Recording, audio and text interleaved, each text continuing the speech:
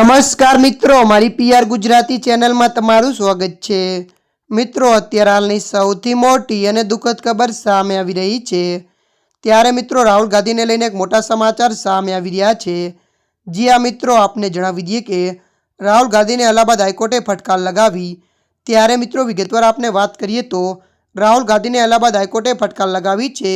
કોર્ટે કહ્યું કે સેનાનું અપમાન કરવું એ અભિવ્યક્તિ સ્વતંત્રતામાં સામેલ નથી।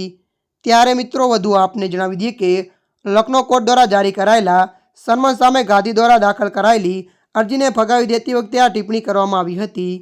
મળતી માહિતી અનુસાર વધુ જણાવી દઈએ કે ભારત જોડો યાત્રા દરમિયાન રાહુલે રાજસ્થાનમાં કહ્યું હતું કે ચીની સૈનિકો અરુણાચલમાં ભારતીય સેના ઉપર માર મારી રહ્યા છે।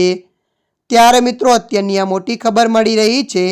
ત્યારે મિત્રો, હાલ માટે આટલું। મળીશું નવી અપડેટ સાથે। જો તમને અમારો વિડીયો પસંદ આવે, લાઇક, શેર અને સબસ્ક્રાઈબ કરી નાખજો। ધન્યવાદ।